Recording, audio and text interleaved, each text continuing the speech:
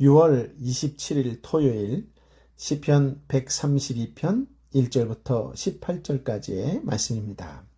시편 132편은 다윗이 언약궤를 예루살렘 성으로 가져온 일을 배경으로 하고 있습니다. 사무엘상 5장과 6장 그리고 7장을 보면 블레셋이 이스라엘을 침략한 일로 인하여 언약궤를 빼앗긴 일이 있습니다. 블레셋은 언약궤를 하나의 전리품으로 여겼어요. 그래서 자신들의 신이 이스라엘의 신보다 더 강하여 승리했다라는 의미로 언약궤를 자신들의 다곤 신상 곁에 두었는데 다음날 아침에 보니 다곤 신상이 언약궤 앞에 엎드려져 있었습니다. 다시 신상을 일으켜 세웠는데 이튿날 아침에는 머리와 두 손목이 끊어져 몸뚱이만 남은 채 역시 언약궤 앞에 엎드려져 있는 것입니다. 또한 하나님께서 언약궤가 있는 지역을 독한 종기를 쳐서 망하게 합니다. 결국 블레셋은 언약궤를 가드로 옮겼지만 그것도 독한 종기로 인해 환난을 겪게 되고 다시 에그론으로 옮깁니다. 하지만 이번에는 에그론 사람들이 우리를 죽이려고 그 언약궤를 이곳으로 옮기느냐라며 강력하게 반대하여서 할 수 없이 블레셋 제사장과 점술가를 불러 물어본 다음 언약궤를 수레시로 베스메스로 보내게 됩니다. 그런데 베스메스 또한 그 궤를 들여다본 것 때문에 5만 70명이라는 엄청나게 많은 사람이 죽게 됩니다. 이처럼 언약궤는 가는 곳마다 두려움의 대상이 되었습니다. 결국 기랏 여아림으로 보내어져 아비나답의 집에 20년 동안 있게 되었지요. 언약궤가 예루살렘을 떠나 다른 곳에 20년간 있었다라고 하면 언약궤에 관한 생각은 점차 잊혀져 갔을 것입니다. 아마도 다윗도 그럴 가능성이 큽니다. 다윗이 왕이 되기 전에는 사울에게 쫓겨다니는 생활을 했고 왕이 된 후에는 전쟁을 하느라 언약궤에 대해 생각할 겨를이 없었을 것입니다. 이런 와중에 성막을 거의 돌보지 못하다가 이스라엘의 모든 지파를 하나로 모으고 온 이스라엘의 왕이 된 후에 비로소 언약궤를 다윗성으로 옮기게 된 것입니다. 그때 언약궤에 대한 다윗의 심정을 말한 것이 오늘 우리가 읽게 될 1절부터 5절까지의 말씀입니다. 함께 1절부터 5절까지의 말씀을 읽어볼까요? 오 여호와여, 다윗과 그가 당한 모든 어려움을 기억하소서. 그가 여호와께 맹세했습니다. 야곱의 전능하신 분께 서원했습니다. 내가 내 집에 들어가지도 잠자리에 들지도 않고 내 눈이 잠들지도 내 눈꺼풀이 졸지도 않겠습니다. 내가 여호와를 위한 곳 야곱의 전능하신 하나님이 계신 곳을 찾을 때까지 말입니다. 본문의 모든 어려움이라고 하는 부분은 고난, 고통, 고초, 고생, 자책, 고뇌, 염려, 겸손 등의 뜻이 있습니다. 개역 한글판에서는 근심으로 번역하였고 개역 개정판에서는 겸손으로 개정했습니다. 영어 성경들에서는 고난과 고통의 의미들로 번역했습니다. 시인이 말하려고 하는 의미는 아마도 다음 구절들의 내용들을 보아 다윗이 하나님의 법궤에 대한 안타까움으로 인하여 염려하며 힘들어했던 마음의 고통을 말하려는 것 같습니다. 시인은 다윗이 하나님을 위해 염려하며 헌신했던 것을 하나님께서 기억해 주시기를 원한 것이지요. 한마디로 알아달라는 것입니다. 다윗이 하나님께 맹세하여 야곱의 전능자에게 서원했다라고 하지요. 역사서에서는 다윗이 맹세하거나 서원한 사실이 기록되어 있지 않습니다. 했다면 언약궤를 예루살렘으로 모셔오는 일과 성전을 건축하는 일에 관한 맹세일 것입니다. 본문에 하나님을 야곱의 전능하신 분이라고 한 것은 아마도 야곱은 브엘셀바에서 하란으로 가다가 베델에서 꿈으로 반드시 함께하여 다시 돌아오게 하겠다는 하나님의 약속을 받지요. 그때 야곱은 하나님께 그곳에 돌로 기둥을 세우고 그 돌이 하나님의 집 성전이 되게 하겠다고 서원을 했습니다. 하나님은 야곱과 함께하여 거부가 되어 다시 돌아오게 하셨고 야곱은 그곳에 제단을 쌓았지요. 다윗이 그 야곱과 함께 하셔서 제단을 쌓게 하신 전능하신 하나님께 서원했다라고 하는 뜻입니다. 그것은 하나님의 처소인 성막을 발견하기 전까지 내가 내 집에 들어가지도 잠자리에 들지도 않고 내 눈이 잠들지도 내 눈꺼풀이 졸지도 않겠습니다. 내가 여호와를 위한 곳 야곱의 전능하신 하나님이 계신 곳을 찾을 때까지 말입니다. 라고 맹세하지요. 무슨 말일까요? 성막을 발견하기 전까지는 편안한 생활을 하지 않겠다. 절제된 삶을 살겠다. 겸손한 삶을 살겠다라고 하는 말씀입니다. 얼마나 성막을 발견하려는 다윗의 열정이 컸는지 알 수 있겠지요. 다윗 당시에 실로 성막은 불타고 언약궤는 앞서 언급한 것처럼 블레셋의 약탈당해 아스돗, 가드, 에골론을 거쳐서 유다의 베세메스로 돌아온 이후 기랏 여라림의 아비나답의 집에 무려 20년 동안이나 머물러 있었습니다. 다윗은 하나님의 임재의 표상이었던 언약궤가 그런 식으로 불편하게 있는 것에 대하여 안타까워했던 것이지요. 그래서 어떻게 하면 성막을 마련하고 언약궤를 평안하게 모실 수 있을까를 염려했을 것입니다. 그것은 그의 마음에 큰 고통이었을 것입니다. 그는 그 일을 가장 절대적으로 해야 할 일이라고 생각하고 그 일을 마치기 전에는 편안한 일상생활도 하지 않겠다고 맹세하고 다짐을 한 것이었지요. 참으로 다윗의 마음이 하나님에 대하여 극심하고 다윗의 중심이 하나님께 있다라고 하는 것을 확인해 볼 수 있는 귀한 말씀이지요. 여러분의 마음의 중심은 어디에 있습니까? 하나님입니까? 화려한 세상입니까? 6절, 7절인데요. 그곳이 에브라다에 있다는 말을 듣고 나무들이 무성한 들판에서 찾았습니다. 우리가 그분이 계신 곳에 가서 그분 발판 앞에서 경배를 드릴 것입니다. 다윗은 언약궤를 에브라다에 있는 나무들이 무성한 들판에서 찾았다고 하죠. 어떤 학자는 이 부분을 가지고서 언약궤를 아주 사소하게 여겼다라고 하는 표현이라고도 이야기합니다. 어쨌든 그분이 계신 곳에 가서 그분 발판 앞에서 경배, 예배를 드리라고 했습니다. 그분이 계신 곳은 예루살렘에 마련된 성막을 말하고요. 발판 앞은 언약궤 앞을 말합니다. 이제 예루살렘이 거룩한 도시로 정하여지고 성소가 마련되어 기랏 여아림의 오벳 에돔 집에 있는 언약궤를 모셔왔으니 이제 이스라엘에 대한 하나님의 통치가 시작된 것입니다. 그런 의미에서 온 백성이 하나님 앞에 나아가 예배를 드려야 한다는 말씀이지요. 구약시대의 언약궤는 하나님의 임재의 표상으로서 하나님과 동일시 되었습니다. 하나님은 안 계신 곳이 없는 분이시지만 특별히 언약 백성과 만나는 장소를 정하신 것입니다.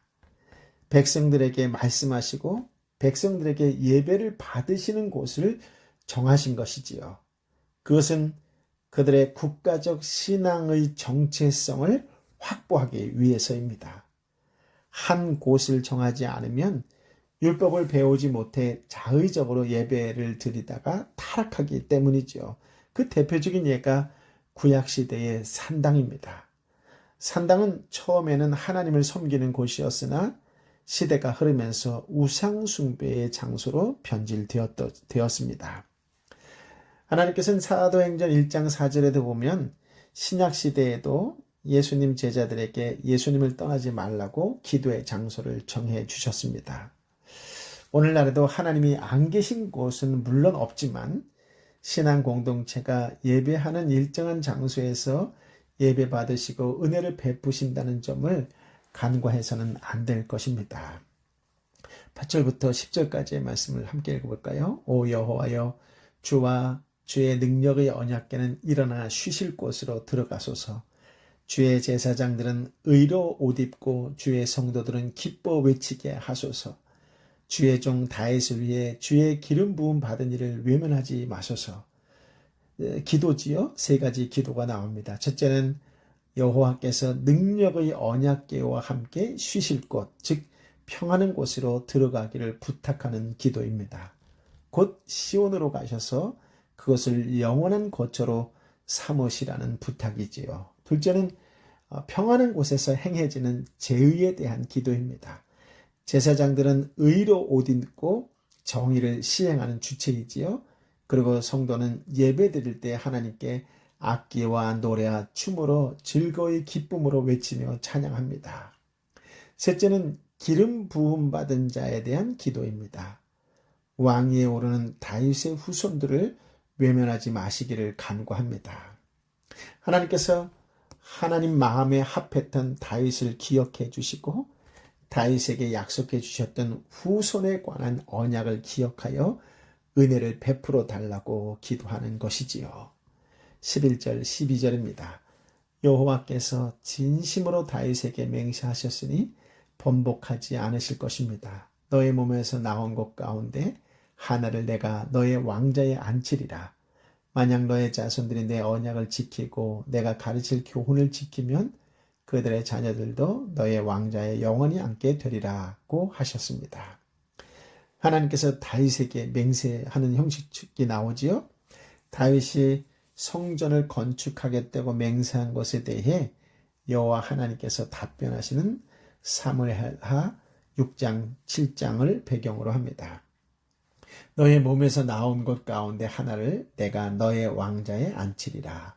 만약 너의 자손들이 내 언약을 지키고 내가 가르칠 율법을 지키면 그래 그들의 자녀들도 너의 왕자에 영원히 앉게 되리라. 이 맹세는 하나님의 성품상 절대 변하지 않을 것입니다. 이 맹세는 말씀드린 바와 같이 사무엘하 7장 12절부터 16절에서 하나님이 다윗에게 주셨던 약속을 암시합니다. 하나님은 다윗의 후손이 항상 그의 권좌를 잇게 하시겠다는 것, 곧 다윗 왕조는 결코 바뀌지 않을 것이라고 약속하십니다. 이 약속은 하나님께서 이스라엘을 통치하기 위해 다윗과 그 자손을 선택했다는 의미입니다. 그리고 이 약속은 조건적 성격을 띠고 있지요. 하나님의 언약과 율법을 지키라는 것입니다.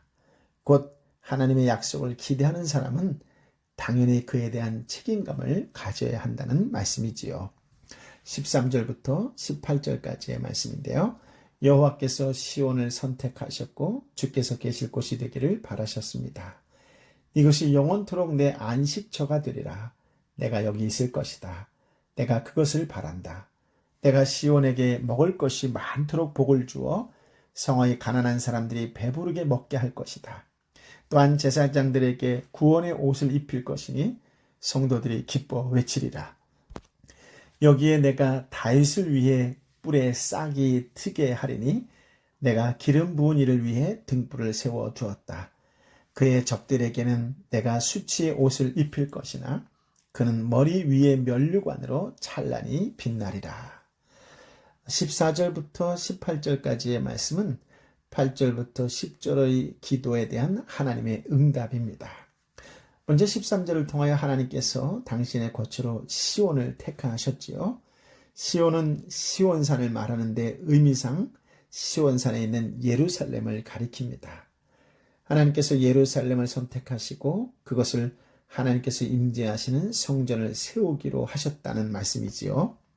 원래 하나님의 임재의 표상이었던 언약궤가 실로에 있었는데 실로는 그 특권을 포기함으로 베델에 얼마 동안 있었고 미스바에 잠깐 머물다가 블레셋 도시들과 베스메스를 거쳐 기랏 여아림으로 옮겨졌습니다.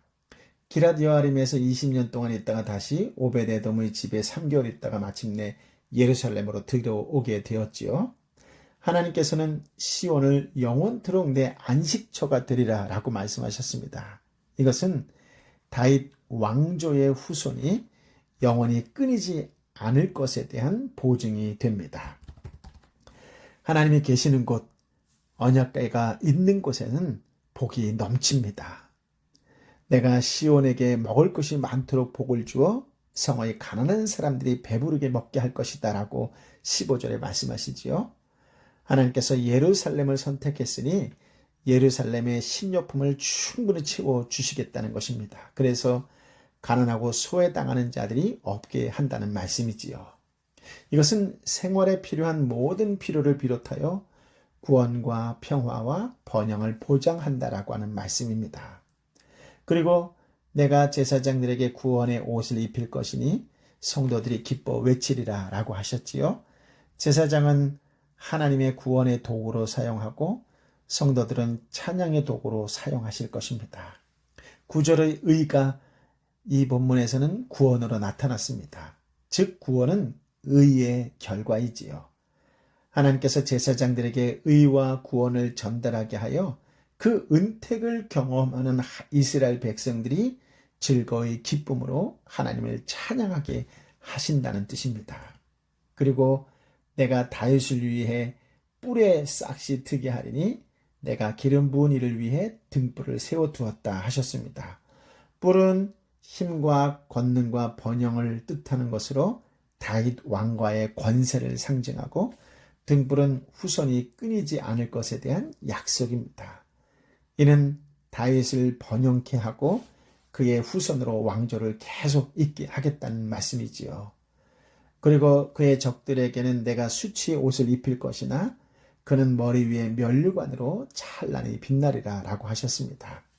수치는 파멸을 의미하고 면류관은 권세와 권위를 의미하지요. 즉 공의의 하나님께서 다윗의 대적들을 파멸하고 다윗은 그 권세가 더욱 커지게 하고 영원히 빛나게 될 것입니다. 그렇습니다. 개인이든 가정이든 국가든 그 흥망성쇠의 열쇠는 하나님께 있습니다. 시인은 다윗의 사랑과 헌신 그리고 겸손을 기억해 달라고 기도하지요. 하나님이 기억하신다라고 하는 것은 모든 문제의 해결과 평안을 의미합니다. 여러분은 하나님께 무엇을 기억해 달라고 기도하시겠습니까? 하나님은 예배드리는 곳에 특별히 임재하십니다. 예배가 있는 곳에 하나님의 복이 있습니다. 다윗처럼 하나님의 임재의 장소를 사모하며 온갖 희생과 고난을 감수하는 사람에게 하나님은 약속을 이루어 주십니다. 그 어느 때보다 더욱 하나님을 예배를 사모하는 예배자로 살아가시기를 예수님의 이름으로 축복합니다. 아멘. 아버지 하나님, 참으로 귀한 말씀, 생명의 말씀을 허락하여 주시니 감사합니다. 귀한 말씀을 통하여 예수님을 보게 하여 주시니 감사합니다. 다윗의 헌신, 다윗의 겸손, 다윗의 그 하나님을 향한 중심, 그 모든 것이 다 하나님의 선물인 줄 믿습니다.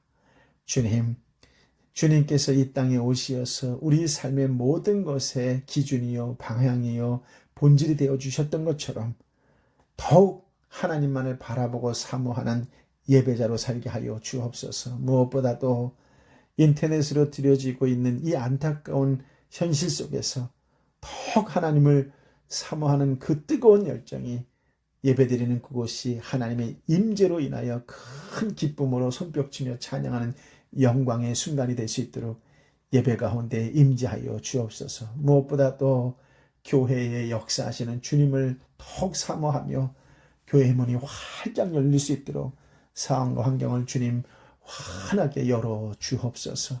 이 어려운 시기에 더욱 어려워하는 내 사랑하는 형제와 자매들의 육신의 고통 가운데 역사하여 주옵시고 경제적인 아픔 가운데에 친히 만져주시어서 치유되고 회복되고 열리고 해결되는 역사가 오늘 하나님께서 부어주시는 예수 그리스도의 한 사람의 역사가 될 수 있도록 주여 임재하여 주옵소서. 주님 만져 주옵소서. 예수의 이름으로 열릴지어다. 예수의 이름으로 해결될지어다. 예수의 이름으로 치유될지어다. 예수의 이름으로 회복될지어다. 오늘도 예수의 이름으로 담대히 선포하며 나아가는 하나님의 사람 한 사람 한 사람 머리 위에 주여 은혜를 베풀어 주옵소서.